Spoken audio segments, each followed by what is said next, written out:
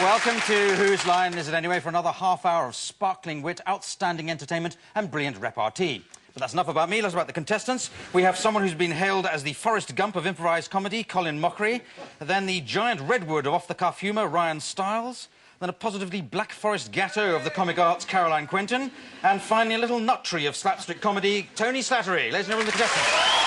OK, now, all right, so we've got a lot of games to get through tonight. Let's start with a game called Press Conference. It's for Tony Slattery to stand at that sort of podium thing there. Now, if the others come down here, they're going to be playing journalists. And inside that envelope, there's something about Tony Slattery. He doesn't know what it is. You now know what it is.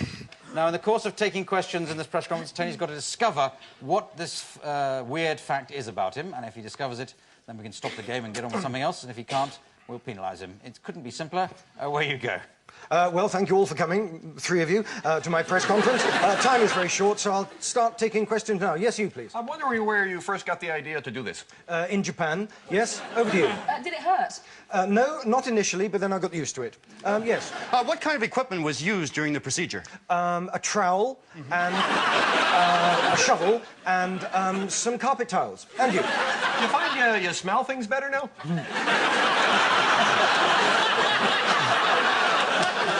Yes, I do. My sense of smell and my sense of taste has improved radically, yes. And so do you find that you can actually smell, for instance, your own private parts better?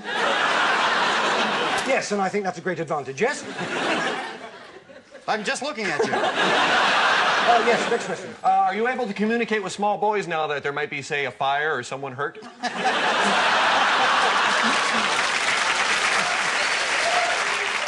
Yes, I am, and indeed have always been able to since I left my first wife, yes? Why did you actually choose corgi? Because that's my favourite resort. Yes? No, please. Here, boy. Yes, yes. I'm wondering how you would react to, say, this cat. Yes. Yeah. Well, thank you for going... So what's your guess? I'm a dog. Close enough. We'll give you a round of applause just for getting half of it. Well done. What am I? You've got the head of Round of applause,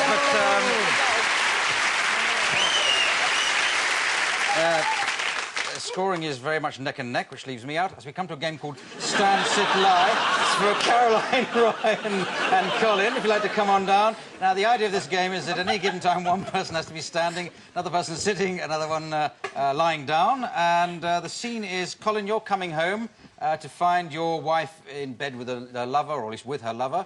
Well, let's see what happens, shall we? Take it away, Colin. No. Oh, my God! Oh, darling, I can explain. I really can explain. Can you explain the flowers? I'm sorry. Listen, I really must make myself clear here. Phil, there's nothing happening between the two of us. Nothing at all, darling. Nothing? Really. I see you naked with flowers in your butt.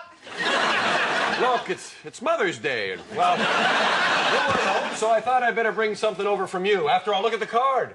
From Phil. Oh, no, you fainted. You fainted. Are you okay? I was just overcome by the thought of my wife and my best friend fooling around behind my back in front of me. It was... Oh, no, listen. You don't understand. Oh, I can't sit. I know. I know. Hey, let's stop fighting, all right? Let's just stop fighting. There, well, you all right?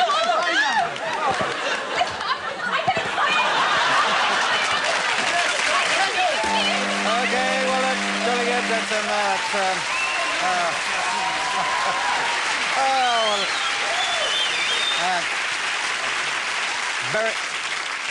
Very funny and also real. So we give 95 points there as we go on to foreign film dub. This is for Tony and Caroline to come down and to act out a scene from a film, maybe in a foreign language, while Colin and Ryan will get into position to supply a sort of translation.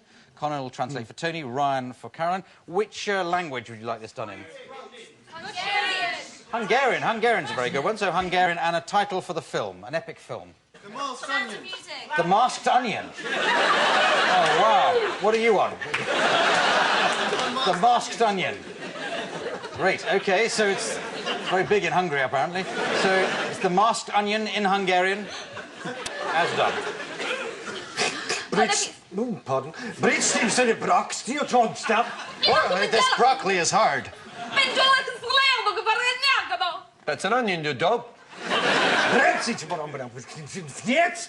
Of course it is. When I was a young girl, my mother told me many things. She told me a young girl must always act ladylike and to wear pretty clothes so men are attracted to her. I laugh now that I think back. Da. Yeah?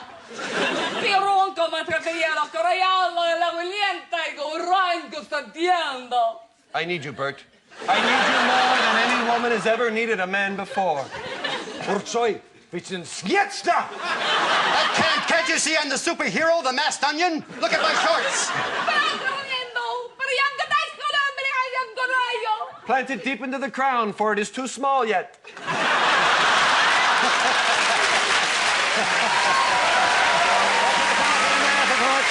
That's fine. Okay. Right. Oh, dear. We apologise for those of you watching in Hungary for the inaccuracy of the use of language there. And normal service will resume shortly. As we go into a game called Moving People, first I'd like to move Colin and Ryan down here. Now, they're going to act out a scene in just a moment, but they can only move when moved by some volunteers from the studio audience. I'll just go and find some volunteers. Yes, so I'll just come to this area of audience generally. I wonder if I could ask you to come along. What's your name? Susan. Susan, it's quite easy, Susan. Don't panic. And is this a friend with you? No. Oh, he is. Do you want to come along? What's your name? You're not Susan as well, is it? Earl. Yes. Earl. Earl of anywhere particular? Earl. I love your corpse. Now, if you'd like to just stand behind the performer of your choice. Okay. Oh, you've come in camouflage clothing, so nobody will know you're here. That's we haven't had a member of the SAS on here before, so now you've got to touch the performers, okay? So just put them in a position, put their arms and legs in a position that you fancy. Hey! It's an old army tradition, don't worry. Okay, now just leave them there for the moment. Leave them out. Now, when they start doing the scene, you've got them saluting like the SAS and everything. They can only move when you move them, and move them in nice sort of things so you can see where they go. And the scene they're going to do... Oh, this is fantastically lucky. Ryan is a drill sergeant putting Colin... Doing what? Colin through his paces. So you're a drill sergeant, you must have this in America. Where you go? All right. I know you can hear me, but I can't hear you. I've got the bayonet in my foot! Good, that's the first step. Never thrust the bayonet into your head, because the enemy wins when you do that. Yes, drill sergeant. Look, many people have come this way. My God, but you're an attractive man. Look, let me hold that big melon of yours in my hands. And look deep into my eyes and sleep. When you wake up, you will be the best fighting soldier this army has ever known. And chicken. Look, I'm only going to stand like this another 2 or 3 hours. And then, my friend, we will put you through your paces. Now, All right, let me climb the obstacle course. you can't climb an obstacle course. You climb the rope in the obstacle course. That's why I'm a sergeant. Well, that's why I have a bayonet in my head. I know. Look, I'll climb the rope first to show you how to do it. All right, I'll be right behind you, sir. Right. Lucky it's right here between us. I'll grab my rope right here to my right. First one to the top is the sergeant. All right. I'm not even going to use my hands. Go! Go! Right. Go! Shit! You're much better. There I am. Apparently I'm... Oh, dear.